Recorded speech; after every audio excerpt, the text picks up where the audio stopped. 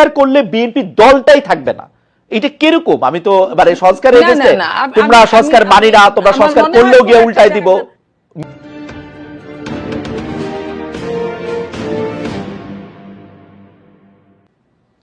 New ইয়র্কের Manhattan থেকে আপনাদের সঙ্গে আছে আমি খালেদ মহিউদ্দিন। বিএনপির অগ্রাধিকার আছে জাতীয় নির্বাচন, জাতীয় নাগরিক পার্টি এনসিপি তার আগে চায় দেশের সার্বিক সংস্কার। সংস্কার আগে না নির্বাচন আগে? নির্বাচন হলে কোন ধরনের নির্বাচন আগে হবে? নির্বাচন হলে কি বাংলাদেশে গণতন্ত্র প্রতিষ্ঠিত হবে, নাকি সংস্কার করেই বাংলাদেশে গণতন্ত্র প্রতিষ্ঠার পথে এগিয়ে যেতে হবে? এসব নানা প্রশ্ন নিয়ে আমাদের সাথে আজকে রয়েছেন বিএনপি স্বনির্ভর বিষয়ক সহ সম্পাদক নীলুফার চৌধুরী মনি। নীলুফার চৌধুরী মনি আপা, আপনাকে আমাদের অনুষ্ঠানে স্বাগত জানাই। আপনি আমাদের সাথে যুক্ত হয়েছেন, সেজন্য আমাদের কৃতজ্ঞতা জানবেন। আমাদের সাথে আরো আছেন জাতীয় নাগরিক পার্টির যুগ্ম আহ্বায়ক ডক্টর তাজনুবা জাবিন। ডক্টর তাজনুবা জাবিন, আপনাকে আমাদের অনুষ্ঠানে স্বাগত জানাই। আপনি আমাদের সাথে যুক্ত হয়েছেন, আর সেই জন্য আমাদের কৃতজ্ঞতাও জানবেন। শুভেচ্ছা আপনাকে। আমি আমি আমি আমি প্রথমেই মনি আপা আপনার কাছে যেতে চাই।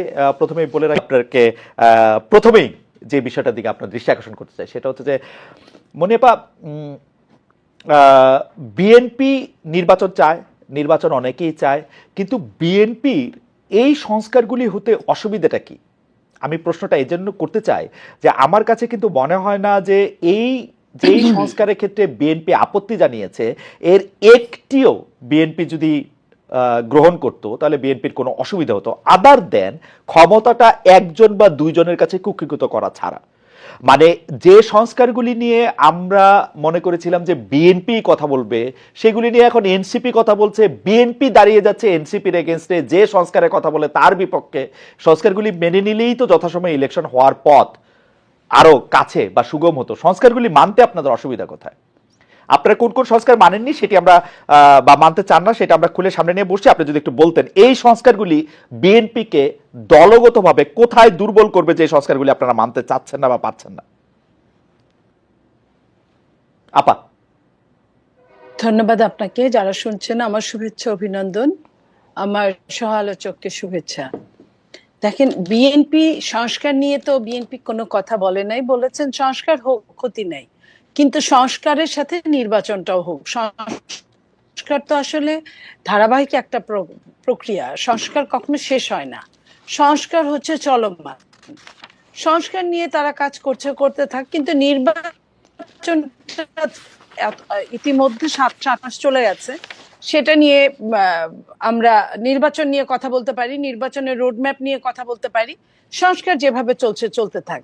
তো এটাই বিএনপির কথা ছিল। তো যে সংস্কারগুলো ইতিমধ্যে যেটার 163টার যেগুলো নিয়ে কথা হচ্ছে, আলোচনা হচ্ছে, এগুলা তো আসলে অনেক রকম তর্ক বিতর্কের একটা জায়গা। এবং এটা আপনি জানেন খালেদ ভাই যে আপনি এই যেটাই সংস্কার করুক না কেন, পরবর্তী নির্বাচিত সরকারের মাধ্যমেই বিল পাস আকারে সংস্কারগুলো সফলতার মুখ দেখতে পারে একমাত্র, এছাড়া কোনো অন্য উপায় নেই। আরেকটা হলো গণভোট বা কিছু, সেটা যেহেতু সম্ভব না এই মুহূর্তে, তো নির্বাচন দিয়ে সরকারেরও উচিত, আমি মনে করি এই দলগুলোর সাথে, যে দলগুলো নির্বাচনে এর আগেও সরকারে গঠন করেছে, রাষ্ট্র পরিচালনা করেছে এবং পরেও করতে পারে, তাদের সাথে সম্পর্কটা যাতে সুন্দর থাকে। কোনো কেউই কিন্তু আসলে চিরস্থায়ী না। এই সরকার একটা সময়ের পর চলে যেতে হবে, এটাই সত্য, কিন্তু তারপরেও যে নির্বাচিত সরকার এবং অনির্বাচিত একটু আপনার অনুমতি দুটোর মধ্যে ফার ডিফারেন্স আছে। না মনেপা, এই ডিফারেন্স বা এটা ঠিক আছে, কিন্তু মনেপা আপনি কি আমাকে একটু বলবেন যে বিএনপি কি সংস্কার কমিশনের জীবনে 2বারের বেশি প্রধানমন্ত্রী হতে পারবে না, এটার সাথে একমত বিএনপি? আপনি বলছিলেন যে সংস্কার নিয়ে কোনো আপত্তি নাই। আমি আপনাকে বলি, বিএনপির তো 31 দফার মধ্যে কিন্তু স্পষ্ট আছে, অস্পষ্ট কোনো কথা নাই। আপনি যে প্রশ্নটা করলেন এটা নিয়ে কিন্তু বিএনপি সারা বাংলাদেশ, আপনি একটু আমার জন্য স্পষ্ট করেন, আপনি আমার জন্য একটু স্পষ্ট করেন, বিএনপি কি 2বারের বেশি প্রধানমন্ত্রী হওয়ার জন্য একমত? 2বারের বেশি প্রধানমন্ত্রী হওয়ার জন্য না হওয়ার জন্য, 2বারের বেশি একাধারে মানে পরে আবার হতে পারবে, পরে আবার হতে পারবে, পরে আবার যদি মনে করে সেটা 2-3-4। এটা কেন বিএনপির জন্য এত বেশি প্রয়োজনীয়? মানে আপনি এখন 2বার প্রধানমন্ত্রী হবেন, আবার আরেকজন মাঝখানে হবে, এরপরে আবার আপনি 2বার হবেন একাধারে, এটা কি আপনি একাধারে বোঝাতে চাচ্ছেন যে 2বারের বেশি একাধারে হতে পারবে না? দেখেন, একাধারে নিশ্চয়ই বিএনপি আপনাদের সামনে ক্লিয়ার করেছে বিএনপি এটাই বলেছে যে একাধারে দুইবারের বেশি কিন্তু প্রধানমন্ত্রী পরে হইতে বাধা চান না নাই, তারা। পরে আবার হইতে বাধা নাই। পরে পরে নিয়ে আসলে শোনেন, এটা নিয়ে কোনো আলোচনা হয় না। এটা এই আলোচনাটা আপনারা আপনারা তুললেন কেন মনি আপা? আপনারা কি ইলেকশন চান না, ভয় পান ইলেকশনে যাইতে? আমরা আমরা ভয় পাবো? আপনি কি এটা বলতে পারেন না, যে তাহলে এই যে যে অবস্থাটা না ছিল? আপা, আমি আমি আপনাকে একটু বুঝাই বলি। এই সংস্কারের যেই কথাগুলিতে আপনি আসলে একমত হন নাই, দুইবারের বেশি প্রধানমন্ত্রী হবে কিনা পরবর্তীকালে, এগুলি আপনাদের কোনোভাবেই আর দ্বিমত পোষণ করার কিছু ছিল না। আপনারা বললেই পারতেন যে হ্যাঁ আমরা এগুলি মানি, সংস্কার করে ফেলো, 1 মাসের মধ্যে সংস্কার হয়ে যেত, 2 মাসের মধ্যে ইলেকশনের জন্য প্রস্তুত হয়ে যেত। আপনারাই তো ইলেকশনটা দেরি করলেন এই সংস্কারের ব্যাপারে কথা বলে, তাই না? আমি আমি আপনাকে একটা কথা বলি খালেদ ভাই, বিএনপি 31 দফার বাইরে গিয়ে বিএনপি যদি 31 দফার সাথে যদি মানে একমত না হয়ে পরবর্তীতে কিছু করে, আপনারা কিন্তু ছেড়ে কথা বলবেন না। কারণ এটা নিয়ে বিএনপি ইতিমধ্যে সমস্ত বাংলাদেশে এটা নিয়ে আপনার যত সেমিনার, সিম্পোজিয়াম সবকিছুই হচ্ছে। ওকে আপা, ওকে আপা, এই জায়গা থেকে একটু একটু করে আসি। তার মানে একমত যদি না হয়, আপনারা যদি এখন বলেন যে আমরা সংস্কার করব, পরে আপনারা করলেন না, তখন আমরা এটাতে খুব খুশি হব না, এটা তো আপনি বলতেছেন। তার মানে কি বিএনপি কি আসলেই দুইবারের বেশি প্রধানমন্ত্রী থাকতে পারবে না, এটা রাখবে না? মানে বিএনপি 5-6 বার থাকবে? বিএনপি কিন্তু ক্লিয়ার বলে না এটা। আমি খালেদ ভাই, আপনি আমাকে যত রকম চেষ্টা করেন, আমি একা কিছু বলতে পারবো না। বিএনপি এটা বলে নাই যে এরপরে আবার থাকবে। বিএনপি বলেছে একাধারে দুইবারের বেশি প্রধানমন্ত্রী থাকতে পারবে না।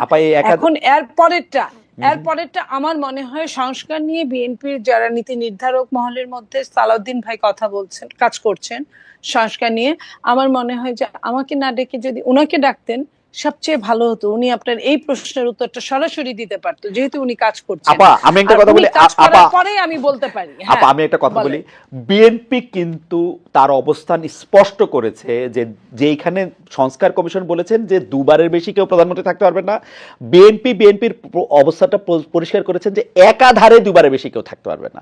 তার মানে একাধারের বেশিবার কিন্তু থাকতে পারবে, এটা হচ্ছে বিএনপির অবস্থান। আমার প্রশ্ন, বিএনপির জন্য কেন এটা এত জরুরি যে দুইবারের বেশি একটা লোককে, মনিয়াপাকে কেন দুইবারের বেশি প্রধানমন্ত্রী থাকতে হবে? মনিয়াপা তো প্রধানমন্ত্রী হয় না। না, হইতেও তো পারেন, গণতান্ত্রিক দল আপনাদের, আপনারা তো মনিয়াপাকে প্রধানমন্ত্রী বানাতে পারেন। এখন আমার কথা শোনেন, যে সেটা হলো আপনারা যখন এটা নিয়ে আলোচনা করবেন, আপনারাও কিন্তু কারো চেয়ে কম গুরুত্বপূর্ণ না সাংবাদিকরা। তো আপনারা আলোচনা করেন বিএনপির সাথে, বিএনপির প্রশ্ন উত্তর পূর্বে প্রেস কনফারেন্সে আপনারা জিজ্ঞেস করেন। আমার মনে হয় এটা সবচেয়ে ভালো একটা মাধ্যম। আর দ্বিতীয়ত হলো, দ্বিতীয়ত বলছি, সরকারের পক্ষ থেকেও এটা সরকারের অত্যন্ত ভুল হয়েছে আমি বলবো। যখন সরকার সংস্কার কমিটিগুলো করলেন, তখনই কিন্তু দলীয় তাদের সাথে করসপন্ডেন্ট করার জন্য 2 দিন, 1 দিন, 3 দিন পরে পরে দলীয়দের সাথে কথা বললে, তাহলে আপনি ধরেন আপনি একদম 99% অ্যাডভান্স হয়ে গেছেন, আরেকজন 1% চিন্তা করে নাই। এই যে চিন্তা শক্তির, অথচ যে 1% চিন্তা করে নাই তার কিন্তু শক্তি, ক্ষমতা বা আপনার যেটা বলেন পরিচালনার ভার, তার কিন্তু অনেক বেশি পরবর্তীতে। তো এই পরবর্তীর কথা বাংলাদেশের কোনো মানুষ কখনোই চিন্তা করে না। যদি মানুষ এই চিন্তাগুলো করতো, বাংলাদেশে অনেকগুলো টাকা বেঁচে যেত, অনেকগুলো সময় বেঁচে যেত, প্রত্যেকটা মানুষের জন্য ভালো হতো। আপনার কথা আমি পরিষ্কার বুঝতে পারতেছি না, কিন্তু আমি যতটুকু বুঝতে পারতেছি যে বিএনপি, মানে আমি প্রশ্ন অন্যভাবে করি, কারণ হচ্ছে যে ধরেন আমরা বিএনপিকে কি বিষয়ে সর্বাত্মক আন্দোলন করতে দেখছি 15 বছরের মধ্যে 2014 থেকে বা 2013 নির্বাচনের সময় থেকে, যখন আওয়ামী লীগ সরকার, তত্ত্বাবধায়ক সরকার ব্যবস্থা বাতিল করে, তখন থেকে বিএনপির একটাই দাবি ছিল যে একটা নির্দলীয় নিরপেক্ষ তত্ত্বাবধায়ক সরকারের সময়ে নির্বাচন করতে হবে। এই একটাই দাবি। শেখ হাসিনা তার পদে থেকে নির্বাচন করতে পারবেন না। এখন শেখ হাসিনা তার পদে নাই, লেভেল প্লেইং ফিল্ড চেয়েছিল বিএনপি, লেভেল প্লেইং ফিল্ড, একটা নির্দলীয় নিরপেক্ষ সরকার। এখন শেখ হাসিনা ক্ষমতায় নাই না, একটা শেখ হাসিনা ক্ষমতায়, আমি লেভেল প্লেইং ফিল্ড, তো শেখ হাসিনা এখন ক্ষমতায় নাই, ক্ষমতায় যিনি আছেন তিনি নির্বাচন করতেছেন না, প্রফেসর ডক্টর মোহাম্মদ ইউনূস। একটা জায়গা থেকে এই নির্বাচনটা করার সময় বিএনপি সবার আগে জাতীয় সরকারের কথা বলেছিল, জাতীয় ঐক্যমত্য সরকারের কথা বলেছিল, সংস্কারের কথা বলেছিল 31 দফার মধ্যে।